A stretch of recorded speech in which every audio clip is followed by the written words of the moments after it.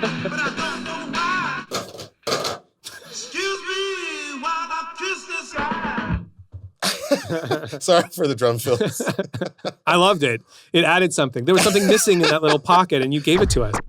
So Luxury, today we're diving into the legacy of an artist whose impact is so deep, we've decided to do not one, but 2 episodes for him. That's right. He was one of the best guitar players to ever exist. But more than a virtuoso, he was a creative visionary who masterfully balanced innovation and tradition, combining blues and psychedelic rock. That's right. We're going to start our 2-parter today with the song that thrust him into superstardom, a song that every guitar player has been playing wrong for decades. You heard us? You just know there's a guy out there going, I already knew that. No. This isn't for you. One guy knows, but many people don't know.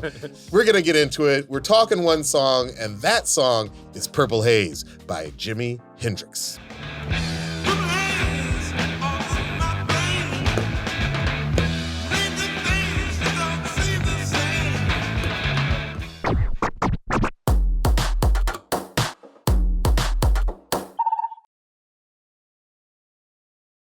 I'm actor, writer, director, and sometimes DJ Diallo Riddle. And I'm producer, DJ, songwriter, and musicologist Luxury, aka the guy who whispers, interpolation. And this is One Song, the show where we break down the stems and stories behind iconic songs across genres and tell you why they deserve one more listen. You will hear these songs like you've never heard them before. And if you want to watch One Song, you can watch this full episode on YouTube and Spotify. And while you're there, please like and subscribe. All right, so Luxury, what was your first introduction to Jimi Hendrix, the artist? The Jimi Hendrix, the artist, was just always in the world. When you're growing up in San Francisco and you're in high school or even middle school. He's on a few walls, I imagine. Oh my God, you're going down Haight-Ashbury because it's the first time you've been at it. Hang a right at the Jimi Hendrix mural and then make a left at the Jimi Hendrix mural. It's such a big part of the culture, I suppose, of the 80s, post 70s, but in San Francisco especially. Yeah. He's one of those icons that was on a million t-shirts, a million murals, a million posters. Right up there with the pantheon of all the hippie rock gods of the time. Yeah, I miss that San Francisco. That San Francisco is long gone. What about you, Diallo? You know what? I think my exposure to Jimi Hendrix was almost exclusively through TV shows and movies, the occasional record compilation. Yeah. You know what I mean? He was just that dude who represented hippie rock, 60s rock. Hey, man, is that freedom rock? We'll turn it up, man. We'll turn it up, man. That's to the people who are under 40. That is a reference to the greatest advertisement of all time. It is. Hey, man, is that freedom rock? Yeah, man. Well, turn it up, man. Freedom rock has it all, man. 40 original rock hits by the original artist. On 4 records, 3 cassettes, or 2. But by the way, my first exposure to that commercial was the SNL parody of it, where John Lovitz plays the guy from Grateful Dead, Jerry Garcia. Jerry Garcia? Yeah. By the way, I've already pissed off a lot of our listeners by referring to Jerry Garcia as that guy for the Grateful Dead. I will say right off the bat, I have always had this push-or-pull, love-hate relationship with the music of the 60s because as a kid growing up in the 80s, it was just forced on us too much. We share this, by the way. This is where we align more than anything. Because, yes, growing up in the 80s in the Bay Area, where I went to school with kind of what you would think would be the sons and daughters of that era. Yeah. But it was actually a bunch of rich kids who listened to that music, and it felt really inappropriate to me. It's you don't deserve the Grateful Dead and Pink Floyd and the Beatles or whatever it is, Zeppelin. No, I know. But you know what I think is going to be good about this episode is that I think one of the mission statements of this show is to hear songs like you're hearing them for the first time. Right. This song and so much of the Jimi Hendrix catalog is associated now with, old guys wearing a Hawaiian shirt, trying to convince you that guitars make all the best music. It's boomer rock. It's white male boomer rock. But here's the good news. I think that when you take away all that stuff and you strip it all away and you just come to this, this song, the stems, music, the essence of the music. Yes. Right. I think what we will be able to get back to is that at its heart is this amazing song by this once-in-a-lifetime, maybe once-in-a-century artist. Yes. Almost a religious figure. We're going to strip away all the crap and we're going to get to the music. We're going to isolate. We're going to it. have a great appreciation for not just Purple Haze, but for Jimi Hendrix. Absolutely agree. So I'd like to start this conversation around the cultural moment that Jimi arrives in with this song. It's 1967, an incredible year for rock music. This is when everyone got a little weird, a little psychedelic. This is the year that gave us Strawberry Fields by the Beatles. Strawberry Fields forever. Light My Fire by the Doors. Somebody to Love by Jefferson Airplane. Want somebody to love.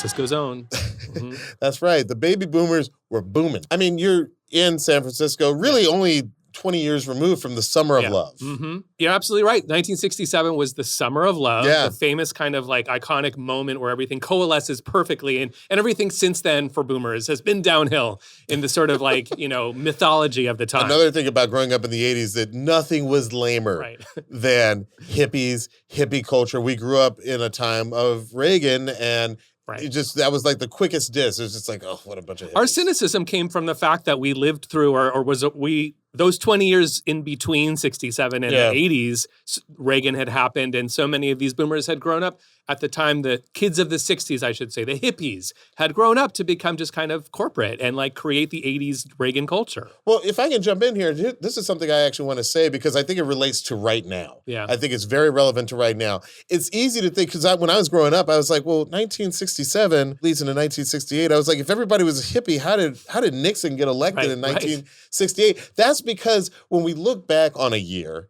we usually find the culture really interesting, and we have the privilege of knowing, oh, that's the year that this came out, and that's the year that came out. But if you take a look at the top songs of 1967, Purple Haze is not there. I think this song peaked at like number 65. Right, it wasn't top 40 at all. The top 4 songs of 1967, and this is a fact, are To Sir With Love by Lulu. The box tops The Letter. She wrote me a letter, said she couldn't live without me. Bobby Gentry, Ode to Billy Joel. Yeah. Today, Billy Joe McAllister jumped off the Tallahatchie Bridge. Now, what does that tell us? That tells us that even in 2025, like right now, most people are listening to whatever like the number 1 songs are, and we're going about our lives. But I guarantee you, when we look back 20 years from now, there's a song that's like probably going to top out somewhere in the, number 67, number 82. It may not be the top 40 stuff that lasts the 50, 60 years. You have to be tapped in. You have to be tapped in to a certain extent to know that the Summer of Love is happening. In San Francisco in 1967. So it's important to remember that most people are, to use the nomenclature of the era, squares, L7s. L7. But I can't even do it right.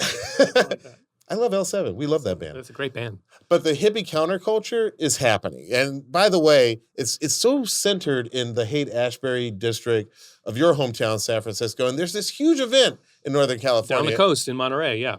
June 1967, curated by Mr. Paul McCartney himself, among others. It's the Monterey Pop Festival. This is one of those really important moments, not just in the development of the political movement and the cultural movement, but in the progression of music and music experimentation during this time. This is definitely the Lollapalooza of its day, and I think that was conscious when Lollapalooza came into being, the eclecticism of it. The lineup had The Who, the Mamas and the Papas, already opposite ends of the spectrum, and great songs both, but very different presentation.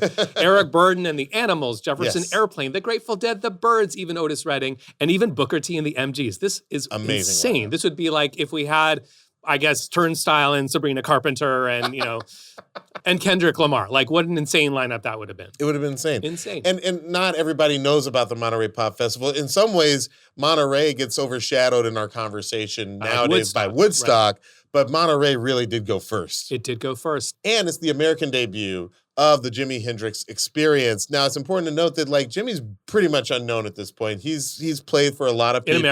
In America. But this is his, big coming out party, so to speak. And he's given it the coveted Sunday spot by Paul because Paul's like, you got to check this guy out.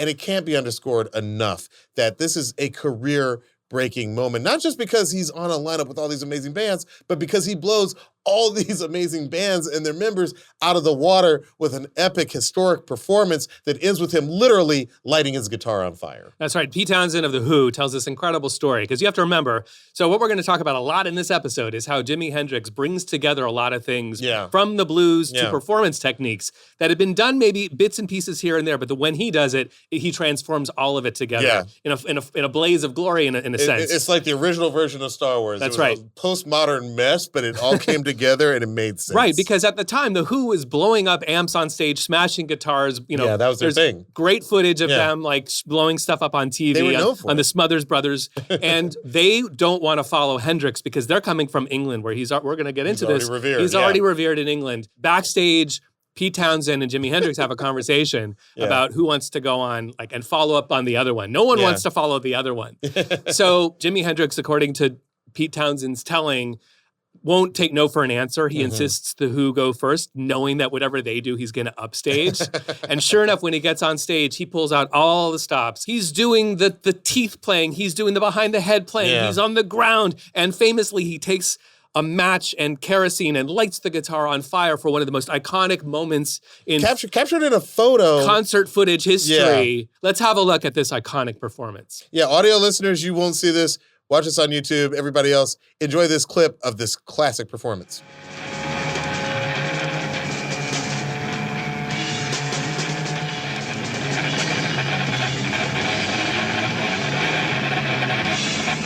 We talk about the destruction of musical instruments during performances. I really do believe this is a tradition that begins in this time, like we're talking about, in this way. In this sort of honest and fresh and new. And just like anything, if you do it for 20, 30 years, it just starts to look super cornball. Yes. But not here. And the other thing I noticed is that when Jimmy burns his guitar, it doesn't come across as when the Who destroy their instruments. They've still got that sort of modish, quadrophenia. It feels tantrumy. It feels tantrumy. Yes, it's tantrumy. Right. It feels kind of like adolescent rage. Yeah, it feels tantrumy. It's not coming from the same place as when Hendrix does it. No, I think what Hendrix does is so beautiful. In fact, he said that he meant his burning of the guitar as a sacrifice. Yeah. He said, you have to sacrifice the things that you love, and I love my guitar. I think that's so beautiful. That's incredible. And it gives it a different meaning, to your point.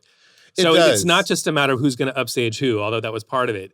Pete Townsend and the Who, and then Jimmy coming on after him. He does upstage them, but he also adds more meaning to the act. So let's take a second and let's back up a little bit and talk about how Jimmy got his start. I know his first love musically was the blues. He was a huge Muddy Waters fan. But James Marshall Jimi Hendrix was born November 27, 1942 in the town of Seattle, Washington. He's from Seattle. Which is very unlike most of the black artists from this period that we cover on this show, because they're usually born somewhere in the South or maybe in the post-migration north or whatever, but he's born in Seattle. Not from Chicago, New Orleans. Yeah. No, he's from Seattle. He starts playing the guitar at a very young age while he's still, 15, a teenager. And in 1961, he joins the Army, but he was discharged pretty quick. That's right. And when he leaves the Army, he starts playing full-time in bands. He is a backup guitar player. It's not his own band. He's playing in other people's bands. Yeah. He's playing as a sideman. He's playing with Ike and Tina Turner. He's playing with Sam Cooke, Wilson Pickett, and he's playing with Little Richard. He's playing with Little Richard. That's so cool. But Jimmy apparently was a horrible sideman. Well,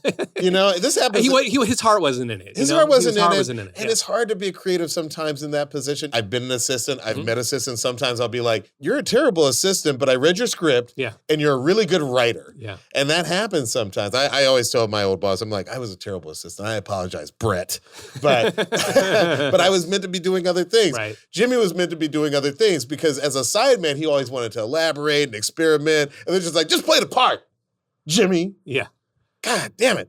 Don't hog the limelight. But there are Come on, James. People tell stories of how they would go to see him in the time, and he has the charisma that people always talk about with stars. Charisma. He couldn't be the sideman for long. And that can piss a lead act off if your sideman's drawing all this light. So often Jimmy would find himself quitting or he'd get fired. I want to hear a snippet from an early pre-Hendrix Jimmy, if you will. This is him playing with the Isley Brothers on 1964's Testify Part 1 and 2. If you want to be a witness, I want you to listen while I testify. Maybe I can help you to get some soul and be a witness, baby. You want to be a witness? He's like, too many horns, too much organ. We don't need any other instrument. What's going on here? I can hear myself. What I love about that song, though, is I don't know if people were on uppers or whatever, but it's so furiously fast. To this day, sometimes I'll go out and I'll be like, peak gospel. I want to hear live music that's played fast like that with that tempo or whatever. Sure. I actually feel like Anderson Paak has a place here in LA. I think I might have mentioned it on the show before, called Andy's. It's one of the few places where you can get consistently really good live, for the lack of a better term, black music. Because most live music venues, they're playing rock or some version of it. it's like a place where you can actually go and hear like R&B and soul played by a live band. It's a different vibe. Testify, really right? This is the gospel vibe. It's fast. Testify. It's got that energy, but it's got Hendrix in there somewhere buried, and it's a little hard to hear. You can kind of hear him plucking a little bit. He kind of peeks out every now and then, but yeah, he wasn't long for this world. So Jimmy gets tired of being a side man, and he moves to New York. He moves to New York, but he's still playing mostly with these R&B bands. And at a certain point in the late 60s, around 66, he learns that something different is happening in Greenwich Village, downtown. So in 66 or so, he goes to the Village, and there's this completely different scene. It's not the R&B acts. It's not the soul acts. Some of it is the folk scene. Some of it is just experimental cross-pollination of poetry and music. And he really resonates with this. And this is where he starts to form his new sound and identity as a musician and as a solo artist. And I think he makes friends with Keith Richards' girlfriend, doesn't he? You don't want that. Can I just say, you don't want to tell your girl, oh, who are you? Oh, I was hanging out with Jimi Hendrix. You don't want to hear this.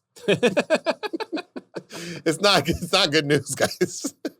But what happens when he runs into Linda Keith? That's right. I think for a while she's dating Keith Richards, and then a little bit later she goes on to Brian Jones, who will be making a surprise appearance in our 2-part episode. I love it. We won't get into that quite yet. But at the moment, she's a huge fan, and she's turning all of her friends onto Jimmy. She's like, this is the most incredible musician I've ever seen. When she learns that the Animals are in town, now the Animals, just for those who don't know, incredible British band, most famous probably for this song. This is House of the Rising Sun, 1964. There is a house in New Orleans they call the Rising. When she learns that the band is in town, she tells her buddy, Chaz Chandler, who's the bass player, that he's got to come down and check this guy out. Because she knows that Chaz is looking to leave the band and kind of start being a producer, start being a manager. So on Linda Keith's recommendation, Chaz Chandler goes down to Cafe Wa in Greenwich Village in 1966, and he sees Jimmy James and the Blue Flames, which is an early incarnation of what Jimmy's calling himself, Jimmy James. When he hears Jimmy do his cover of Hey Joe,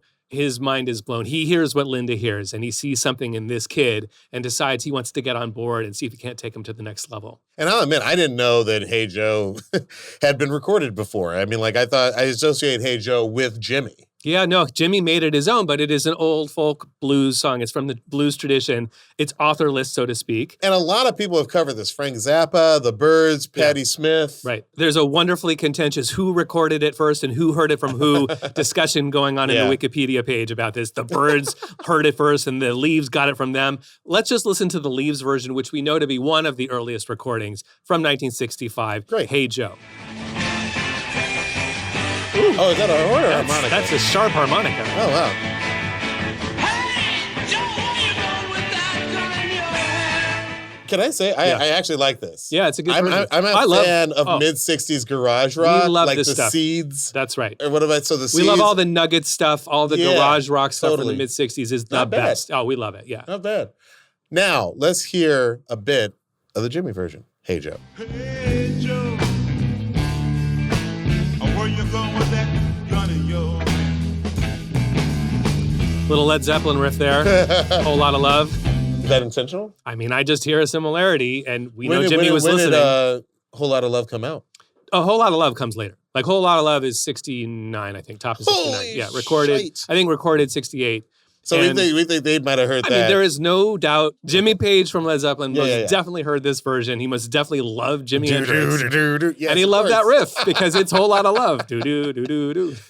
You know, the next time a rock and roll guy says, oh, hip-hop sampling, that's just stealing. I'll be like, there's been a lot of stealing. There's a band called Led Zeppelin I want to introduce you to. We did a whole episode on those guys. We did clarify the stealing versus borrowing versus new.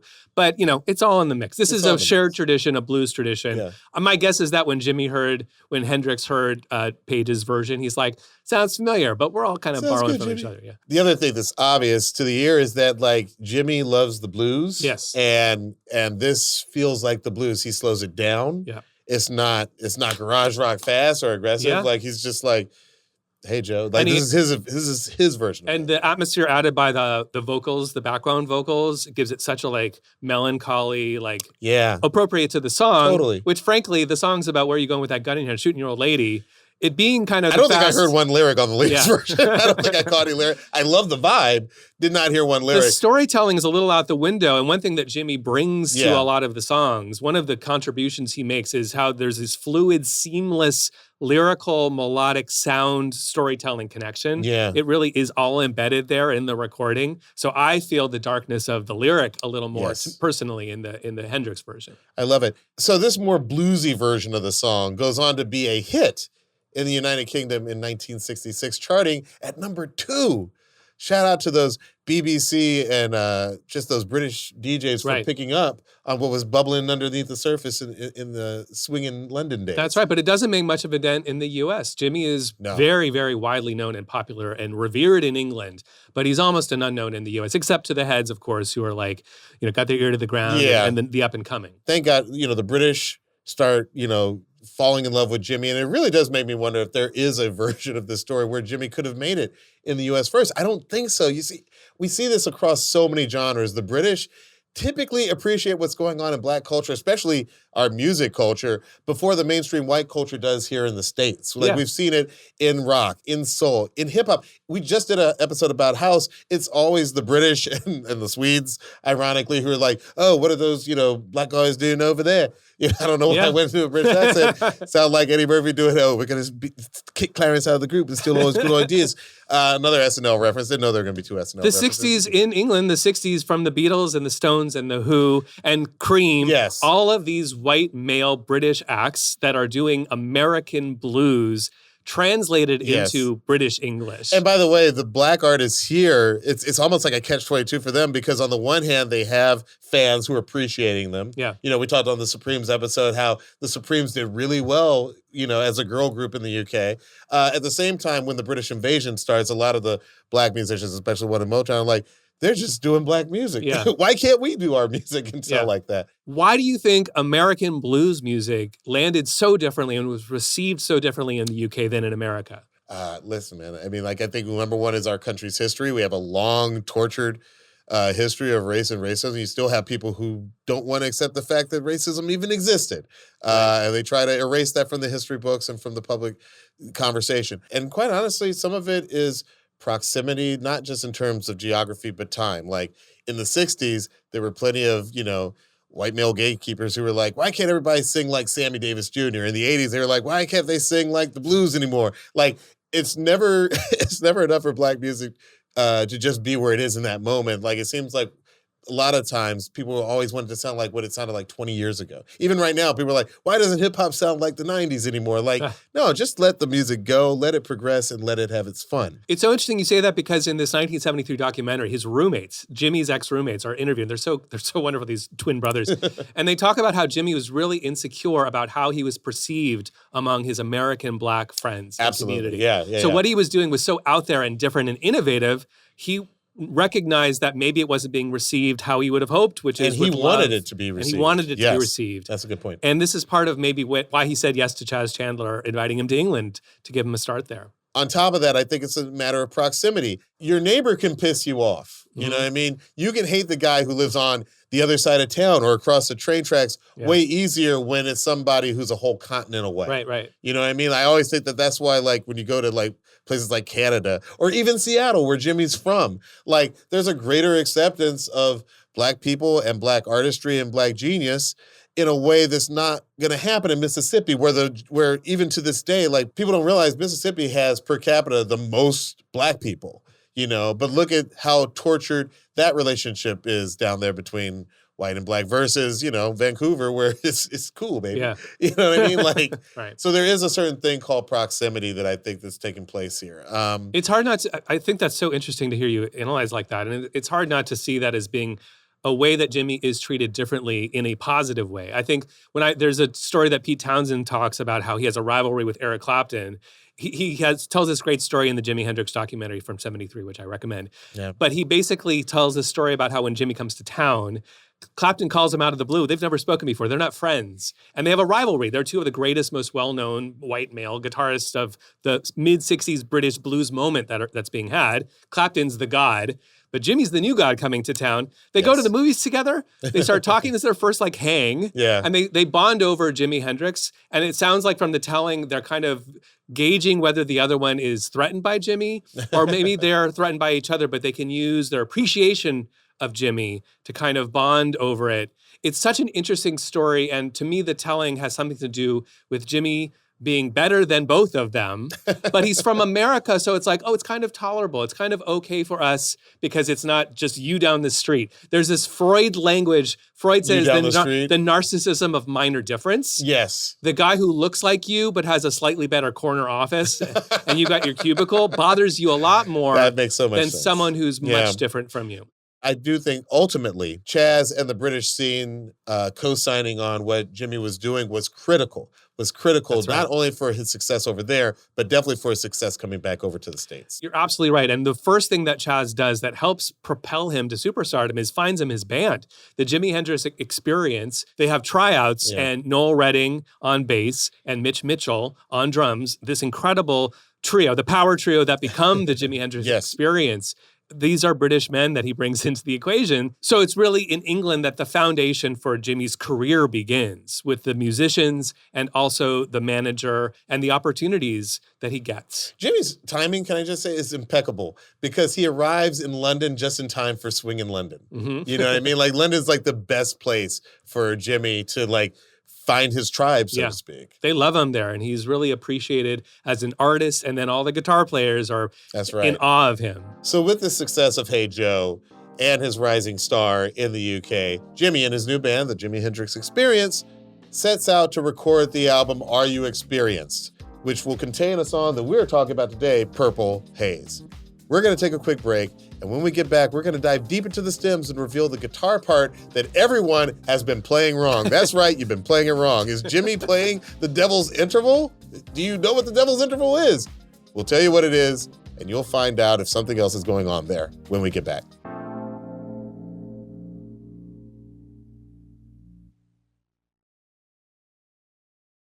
All right, welcome back to One Song Luxury. Without further ado, let's get into the music. Can we start with that iconic opening? Absolutely. Well, let's listen to it and then we'll break it down. Stop it right there. Wait, play just the first note. Play just the first note. I feel like name the song in one note. Yes, I feel like this is like our Robin S. episode. You hear the first note, you know what this is. Yep. This is so iconic. Right. Who hasn't tried to play this on the guitar other than me? Well, we've talked about this sound before. This is a tritone interval. Those two notes together are extremely dissonant because they are half the distance of the octave away from each other.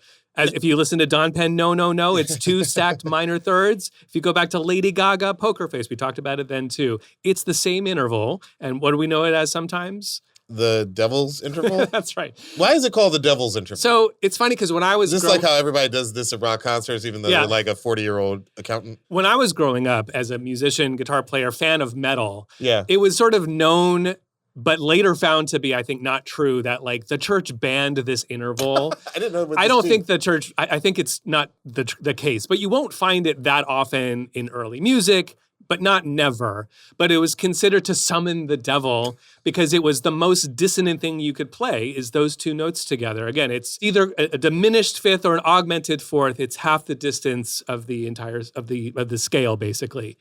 And what's interesting about this song is it starts with that. So right out the gate, you get this devil's ding. It's really, that's why it sounds the way it does, almost abrasive. It definitely grabs your ear. Yeah.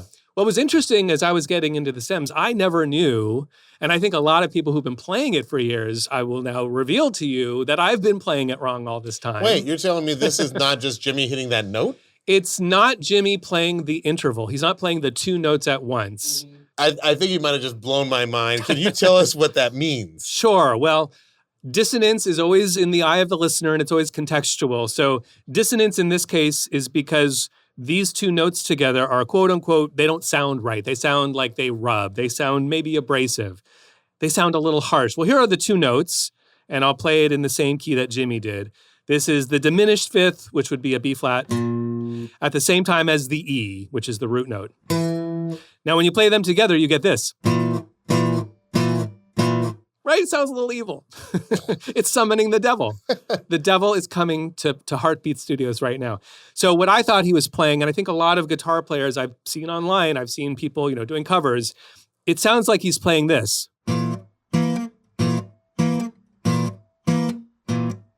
That's actually not what's happening. Let's listen to what Jimi Hendrix is really playing. Wow. He's just playing the one note. He's just playing this B flat. And that's being harmonized by Noel Redding on bass, who's playing that root E note. And that sounds like this. And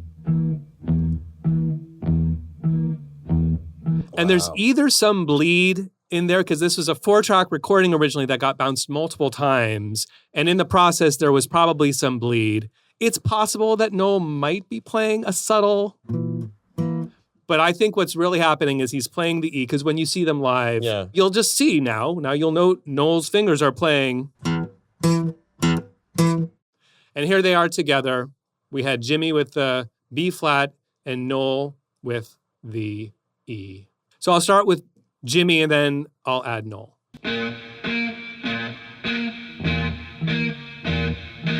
So now it has been revealed how the tritone at the beginning of Purple Haze actually is constructed. One song making a big newsflash. So to be clear, for all of us who don't play the guitar, right? It's been believed for a long time that Jimmy was playing this sort of like complicated dual note. By everyone who's not a Rick Beato fan. Yes. Exactly. Correct. Yes. But it's actually Jimmy's playing B flat, right, and Noel Redding's playing the E, the root. Exactly right. And together they form the interval by two players. Kind of like if we were to vocalize and harmonize it, we only have one note that we can sing. Oh, man. So it's a little bit like that. Is it even the devil's interval anymore? I don't know. I think it's only summoned hippie-dumb and boomers. It's definitely summoning boomers to the comments. Let's put it that way. We're going to call it Diallo interval. Not Diallo. Diallo, different people. I promise. I want to get to the drums. What do we got? We got Mitch Mitchell on drums, do we not? Mitch Mitchell, one of the greatest drummers of all time. We love this man. Was he officially in the Jimi Hendrix Experience? Sure. Oh, he's the longest performing collaborator with Jimmy. Okay. But let's not forget, this is 1967. He only has 3 years of music in front of him, which is crazy, all this incredible catalog. But he's playing with Mitch almost the entire time. There's a moment in Band of Gypsies and a few live performances, but Mitch is pretty much there until the end. Is Mitch also British? Mitch is British, yes. So Mitch starts as a session musician, and he's actually, it's interesting we talked about The Who earlier, because he apparently filled in for Keith Moon on a couple of session dates when Keith wasn't available, because Keith was doing Keith things, so the connection is obvious. The sound of his playing, there's a lot of toms, there's a lot of busyness, I would say, and it's very jazz influenced. In particular, Elvin Jones, there's a great Hendrix quote. Mitch Mitchell, quote, played me a record by Elvin Jones once, and he said, damn, that's you. He's like, he heard the influence, the Elvin Jones influence. So let's hear Mitch playing drums and then we'll talk about it.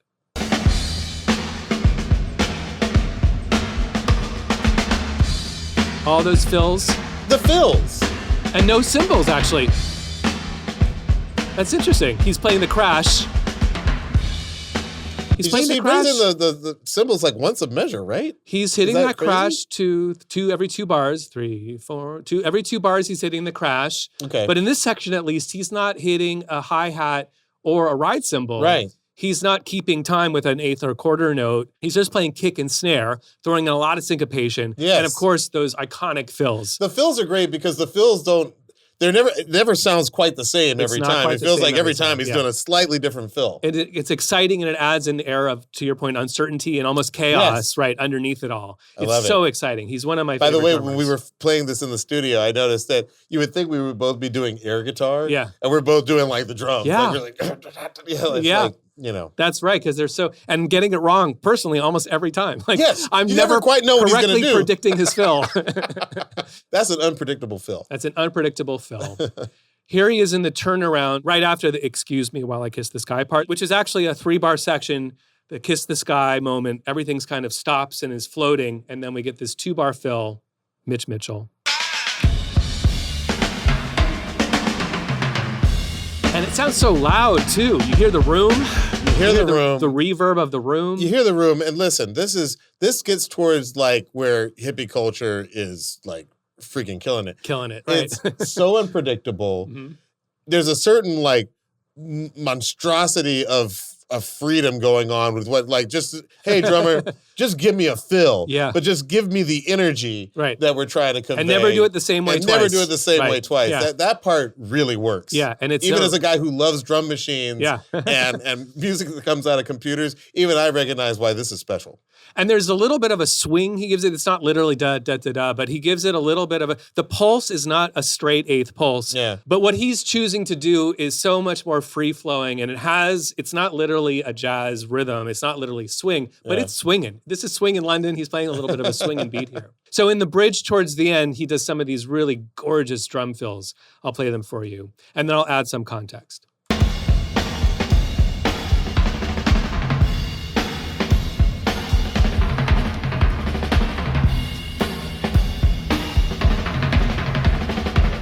All these triplet fills. I promised I would bring some other stuff in, and I didn't, because I only wanted to hear that. Yeah. But I'll continue it on, and I'll add some bass in. We'll get a little hint of Noel Redding.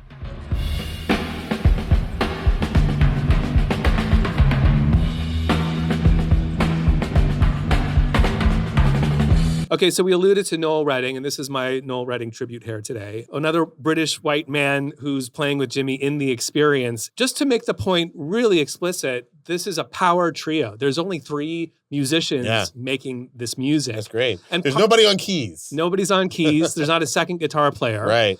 And part of that is because the freedom that Jimi was longing for as a sideman, when you have a rhythm section and you're everything else, the freedom that he has to just with quick eye contact indicate to the other melodic player, the bass player, we're going to keep going with this part, or it's time for the change. He has total freedom to play, sing, to stop the song, to change the song, to go on a 10-minute tangent. So that's a really important part of this. So Noel is his other musical, no shade on Mitch, he's also a musician. But the bass player is the other guy you got to lock in with to make sure you're kind of playing the right notes. Yeah, and Jimi is the leader of the group, but it's important to say that, on this episode, Purple Haze, we find the group very collaborative, everybody sort of throwing in their ideas and really just gelling, in a way that may not be the case on their third album. Right. You're absolutely right. And this is one of those cases where holistically these 3 guys made this song. Yeah. But not all of them are necessarily included in the publishing. Yeah. But we'll talk about that in a little bit. We'll talk about that in a second. But right now we're talking Noel Redding and the bass. And let's hear a little bit of it.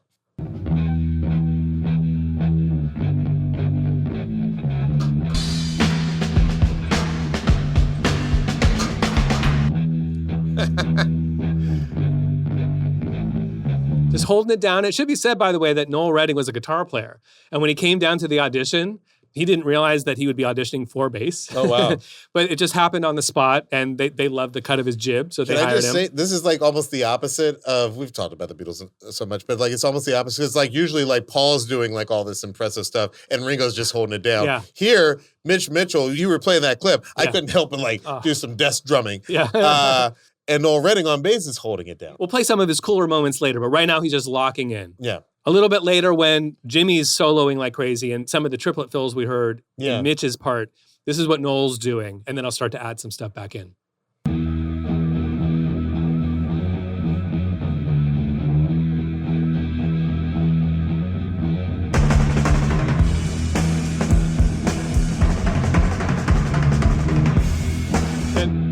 Mitch is really taking up all the air in the room with that, isn't he?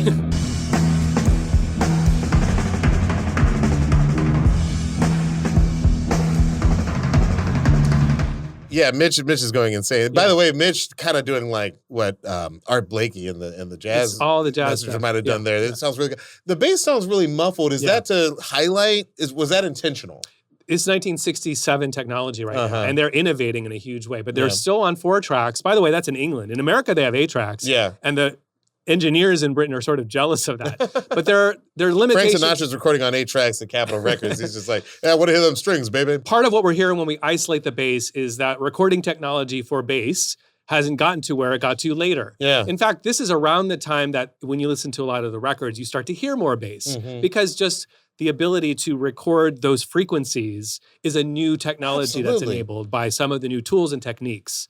So in this moment, what we're getting is this wonderful, warm, round tone, but it's a little muffled. It's you hear muffled. a lot of bleed from the other tracks because it's 4-track. Yeah. And isolated, You're right. It's actually kind of surprisingly, quote unquote, dirty. But it makes sense. Perfect in the mix. Especially for the speakers that you have in a wood paneled station wagon. You know what I mean? Like, this sounds amazing there in ways that it wouldn't sound good in your Tahoe now. Right. It wasn't intended. No one was listening to just the bass at the time. Nobody had those subwoofers. You were listening to Noel, and you were listening to Mitch, and you were listening to Jimmy. And again, just with the drums and bass together, it's sick.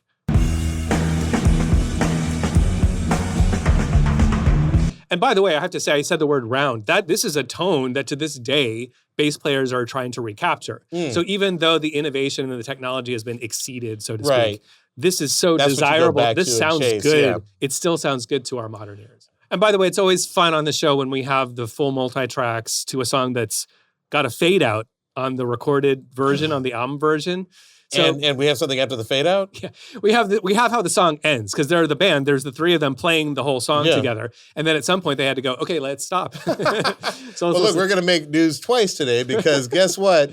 You can hear some of this music after the fade out. So let's hear it. Here's the end of Purple Haze.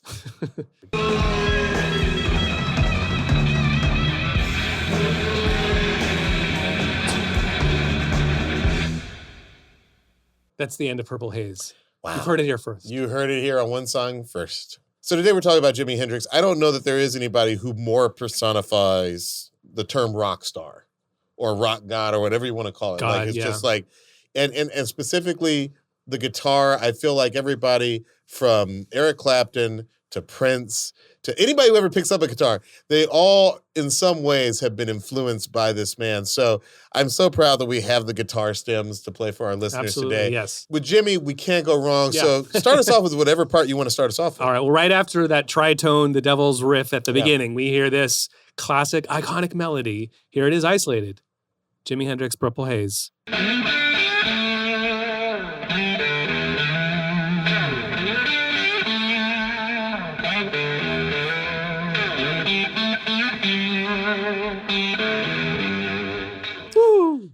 Let me ask you this. Ask it. I don't play the guitar. Is that hard to play? Here's why that's a great question. Can you play that? Here's why that's a great question.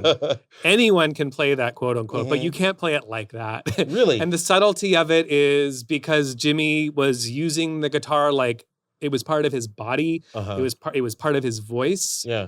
As we'll be talking about for this next little bit and on our next episode, the interweaving of him singing and playing is like this unified unit of expression. So I can play those notes. It's just one note at a time. It's not particularly fast or difficult, but it won't sound anything like Jimmy. Not just because I'm not him, the performer, and not just because I don't have his instrument, and not just because I don't have his effects chain and his Marshall stacks, but all of those contribute to getting further and further away from sounding like Jimmy. As a non-guitar player, I'm just trying to understand, and I recognize why it sounds good and why it's genius, and I love the fact that so many people respected him and revered him. I'm actually just trying to understand wherein does the subtlety lie? Like, can you give me one example of like the subtlety that everybody was chasing but just couldn't quite grab? I love this question, and I love the challenge of answering it, because caveat to our listeners, I'm going to fall short of being the universal correct answer. That doesn't exist. Yeah, totally. But to me personally, to my ears, one of the things I hear is the fluidity of the sound, how all of those notes just kind of glide together. And also the sound itself is this sort of perfect round. You don't hear the articulation of each individual notes, which is like the right thing for this riff in this moment. And the notes bleed into one another. They kind of bleed into it. It feels very fluid. It feels like an extension of his voice. It feels sung. It feels like it coheres with the voice we're about to hear. It's Jimmy as a guitar player and vocalist. It's the unity of him as an expressionist, artist, musician. I've heard that impressionist statement. Was it impressionism or expressionism? Both of them are accurate. If I said expressionist and you liked impressionist, that's what I said. I heard impressionist when I was doing the research, but I know what you're saying. There is a flow to it, and it's almost like a snake riding water. And as you said the word impressionist, I think of impressionism painting, and this feels like the sonic version of that. It's not meant to be a photograph and like perfect and accurate and technically amazingly, I don't know. I guess I'm contrasting it with what comes later in the 80s where there is this desire to be technically proficient and perfect. Yes. But with this, he is insanely gifted as a performer and can play fast. Insane. But this is more about that it's this, the word fluid keeps coming. It feels like water. It feels like an 1890s Toulouse-Lautrec or Manet or something like that. We should have never taken that answer before we did this episode. That was a mistake. That's so funny because... How long have we been in the studio? It's not inaccurate to point out that this is that time. And psychedelia and acid, there is this synesthesia happening in the music. I feel it. I feel why this would feel trippy to you, especially in 1967. Coming out of your speakers in 1967. Yes. What is the Jimmy chord? Let's talk about the Jimmy chord. So there's a story. So Chas Chandler was not just Jimmy's manager, but Jimmy actually lived with him for a time in his apartment. And the collaborative process, by all accounts, was that Chas helped Jimmy finish stuff. So he would hear something and like it and say, that's good, keep going kind of thing. Yeah. The story he tells is, I heard him playing a new guitar riff at the flat and I was knocked out. So I told him to keep working on that, saying, that's the next single. We don't know exactly which part of the song because there's 5 or 6 riffs, but my guess is that it's probably this one. Here's the riff that ends with what has come to be known as the Jimmy chord. There's this one here. That high one. I'm sure he wasn't the first person to play it. Why is this called the Jimmy chord? Not the first to play it, but we hear it a lot in his music. He also uses it in Foxy Lady. Jimmy chord. Okay. Jimmy chord. Jimmy chord. Yeah, Foxy Lady just does something to me, man. That's a great tune. That's a great tune. Very similar riffs. I get they're like sister songs. And Purple Haze. They're definitely related. I've always thought of them as being sister songs. They are sisters. Absolutely right. We hear that chord elsewhere in music before Jimmy uses it. It's in this song by Bill Doggett from 1958 called Hold It.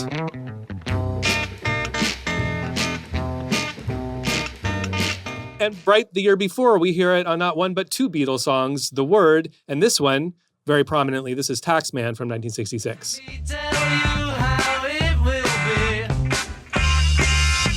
What are the notes of the Jimmy chord? So I'll play for you and break down what the Jimmy chord is. When other people played it first, why is it known as the Jimmy chord? That's one thing about what Jimi Hendrix's legacy is, I would say, is as a synthesizer of a lot of things, the tradition of the blues transformed. This chord recontextualized in a new way where his use of it becomes ownership only because people know it from his use of it. Okay. It doesn't mean he was the inventor. Right. He does any more than he's the inventor of the pentatonic scale. He didn't invent Hey Joe or All on the Watchtower, but somehow when he touched things, they became part of his story. And his voice and his performance style and everything about him as a person is the one of Jimi Hendrix. So the Jimmy chord is a dominant 7, sharp 9, which means you're hearing this. So it's essentially a jazz chord, for lack of a better word. In blues music and rock and roll, you generally would either have a major third or a minor third. But in this chord, you get both. You have the major third happening here. So it's like this is a major chord, E major. But you also have the minor third at the very top. They're distanced out enough that the two of them together make a pleasant sounding chord. But what's interesting is that we have kind of the essence of the blues in this one chord because that space between the minor third and the major third is the blue note we've been talking about on a few episodes recently. Yeah. Back on our Don Penn No No No episode, we spent a little time lingering in this space in between those two. So this chord has both of them. So in many ways, it sort of feels like the perfect Jimi Hendrix blues innovation. He's bringing jazz into blues. The ownership of the chord in some ways maybe comes from the song itself and the frequency of his use. But that's also very Jimmy to be doing that, to bringing this old tradition of the blues, but electrifying it, adding these, chords. Electrifying it. I think that the rock influence is the technology he's using. Right. He's using an electric guitar. Right. Which gives us that fuzz and that, that thing that makes it sound like classic Jimmy. So this song has an iconic solo. Why don't we hear that?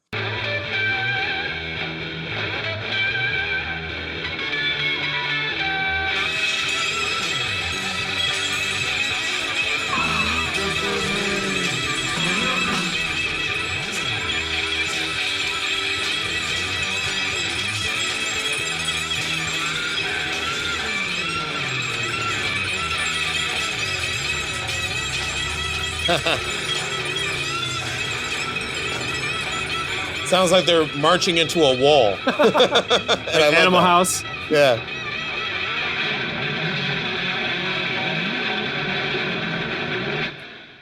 Amazing. Now, I got to say, it sounds like I'm hearing more than one guitar in the solo. Oh, yeah. There's a lot of overdubs happening. Yeah, that's the challenge of 4 tracks, right? You got to record it, then you got to go back and record something on top of it. What's going on here? Are there multiple takes layered? Yeah, there's a few things going on. There's multiple takes, and there's also multiple effects, all of which are very innovative. Yes. So Jimmy's famous for using the wah pedal. I don't believe that I hear it in this. He's famous also, he didn't have a lot of effects because effects were new, and he innovated their usage. So this isn't a song where his later famous wah pedal is used, but it is a song where his very famous fuzz face is the fuzz box, an early distortion pedal. But probably most prominently here is a device called the Octavia, which was actually invented by his sound technician, Roger Mayer. Shout out. Unsung hero is his sound tech who created this guitar pedal, which is why it sounds so high-pitched, because it's at least an octave, possibly 2 above. But there's a second technique that also is in the mix. They thought it would be silly to play the tape at high speed at the very end, so it would sound ridiculously high. So some combination of those two things give us that top of the layer where we have this really high-pitched sound. Okay, well, now we come to the man himself, the voice himself, the voice of Jimi Hendrix. And I did not know this. The engineer, Eddie Kramer, said that Jimmy hated the way he sounded.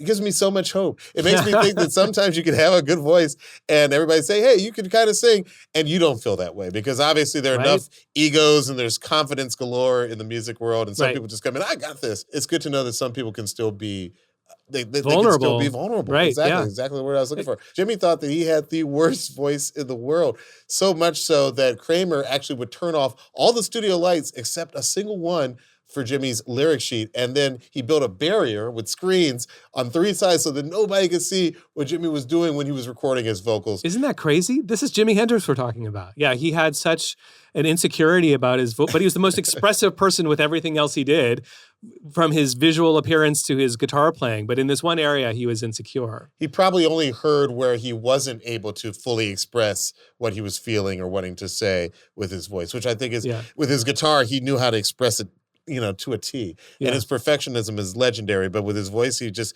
he probably was trying to get just past something. I heard that he couldn't even see Kramer's reactions to when he wanted to be recording. facing away, Exactly.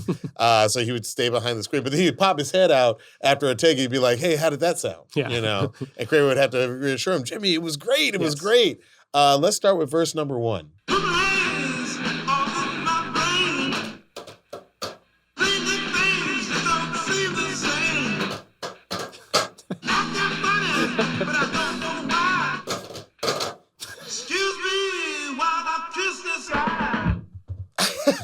Sorry for the drum fills. I loved it. It added something. There was something missing in that little pocket, and you gave it to us. But, okay, so this is the perfect time to talk about Purple Haze. What does it mean? Was there a strain of marijuana that went by the name Purple Haze before this song? I mean, to hear history tell it, and to hear Jimmy himself tell it, his explanation for it changes a couple of times, which I really relate to. Yeah. My father was a painter, and whenever I would go to his art shows, I would notice, even as a kid, that depending on who he was talking to, he would change the meaning of the artwork. Like, so just one audience, he'd be like, you got to do that. Oh, this is about blah, blah, blah. And then the other one, he'd be like, truthfully, I'm going to let you guys in on on the more secret. you can build the lore by making it confusing and contradict itself, the better. Yeah. But you know what? In defense of my father and Jimmy, I don't even know that it was like, they weren't being sneaky or like, I think sometimes as an artist, you'll create something and then you'll think about it and you'll be like, you know what? No, I think that actually what I was trying to say was, like it can change for you. Yeah. The meaning can change. That's my explanation too, is that sometimes you're sick of being asked the same question, or maybe you're trying to hide something about like a person you don't want to be revealing. But sometimes it dawns on you as you're being asked, oh, actually, now that I think about it, there's this other thing I hadn't considered. Jimmy threw out that one time he had a dream that he was underwater. Yeah. That was one time it was that he thought that he was in the Greenwich Village and a woman had put a voodoo curse on him. Another one is that there's a book by Philip Jose Farmer called Night of Light that he may have been inspired by. But one thing we do know is that in an interview a little bit later, he said, he was talking about how the original version of Purple Haze, which, by the way, will pop up on the screen here, this is actual lyrics. You can see that it was originally called Purple Haze, Jesus Saves. And he talks about how, to quote Hendrix himself, "Ooh, you should hear the real Purple Haze. It has about 10 verses. It goes through all these different changes. It had about 1,000 words." And then he said, "It gets me so mad because that is an even Purple Haze." At a certain point, I think he was disowning the 2-minute, 51-second canonical version because to him, there was so much more to the song that got cut. You mentioned that there's this fluidity between Jimmy's voice and his instrument. Can we hear those two things isolated?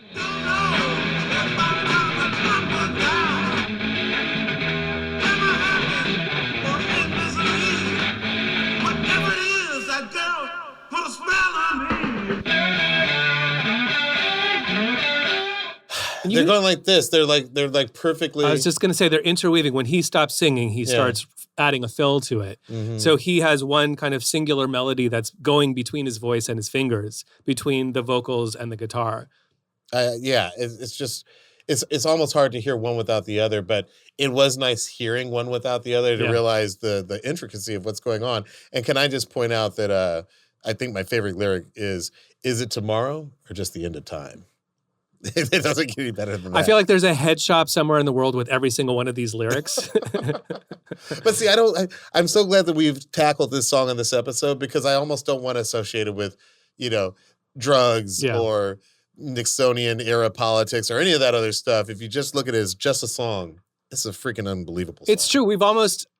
Listen, this is the elephant in the room about this song is that it's about drugs and acid trips. But like in the telling and in all the research we've done, it doesn't seem like that's the only possible explanation. Right. I don't even think it's the most likely one. I don't even think it was necessarily his driving force in recording. Exactly right. I think based on what we've been discussing today and listening to, this is not a song that's about an acid trip or based on his experiences under the influence. I think it's about Jimmy's vision of, the 1,000 words that didn't make it were a much larger story that he's telling. Totally. So, Luxury, I know Jimmy's estate is complicated. Yeah. What can you tell us about this? Well, what we do know from the publicly available information is Jimi Hendrix is 100% credited for this song. But we also know that both Mitchell and Redding signed away all of their rights when they left the band. I think for a whopping total of $240,000.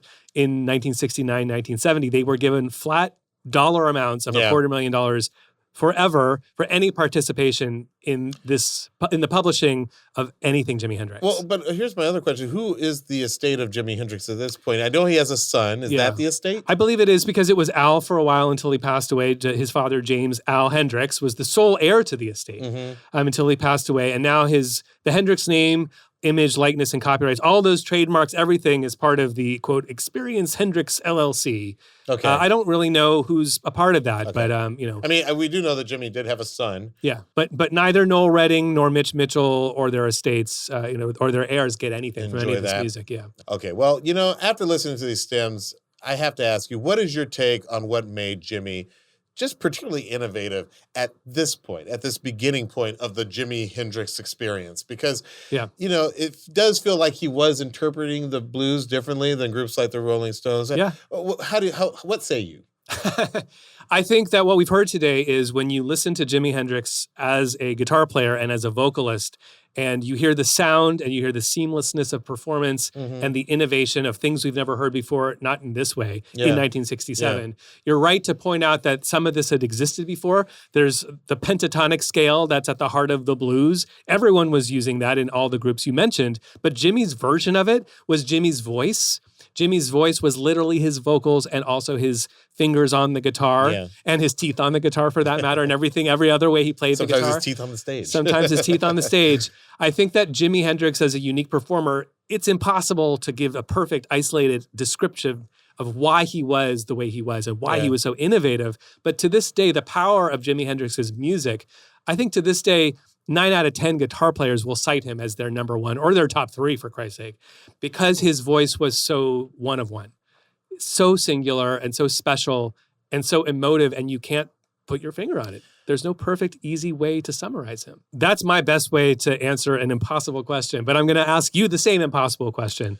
What would be your summary of the Jimi Hendrix experience? Well, definitely at this point, at the beginning, I can understand why he drew so much attraction. I mean, like, everything about him seems to be innovation. We've talked at length about the musical innovation, but there's also his natural hair, his fro. You know what I mean? He didn't show up with his hair conked into like a look like the guys in the Four Tops would have. Right. And his clothes are very modern for the era. And more than ever, just to go back to the Rolling Stones, the Beatles, like so many people are making basically pop blues. Mm-hmm. His blues are so influenced by jazz in terms of structure. Yeah. Like they're not just like, he doesn't come in just like, I got a love for you, girl, purple haze. You know what I mean? Like he comes in with purple haze. Like I feel like the jazz influence, which I didn't really hear until you played those stems, is absolutely there. Yeah. And his style of playing, which merges the blues with the jazz, is just really different than what so many other people are doing in this period. Totally. And he's got the psychedelia, and he's listening to the sound of the Summer of Love in 1967. So I do feel like at this point in time with Are You Experience, he's finally free of being a sideman completely. Yeah. He's working with musicians who he trusts, and they're really bringing people into what will be considered the music of the late 60s. They're sort of bringing the whole culture along with them. He's bringing it together, and the unique stamp he puts on, again, Cream, at the time, there are other artists that are doing a similar kind of blending of blues, electrification of blues. Zeppelin's about to do it the next year. But the way Jimmy does it is so Jimi Hendrix as an American former GI with experience playing with all these R&B groups and then going to Greenwich Village. His story equals where we are individually and uniquely. Well, next week, we're going to go into part 2 of our conversation about Jimi Hendrix with the song All Along the Watchtower. It was released just a year after Purple Haze. What a run. But we're going to see how Jimmy continues to push boundaries through interpretation and recording experimentation. We're also going to see how that song helped drive this group, the Jimi Hendrix Experience, apart. I'm so excited to talk about that. Before we go, though, can I just play for you the fastest interpolation of all time? Yes. This is Stormtroopers of Death, and this song is called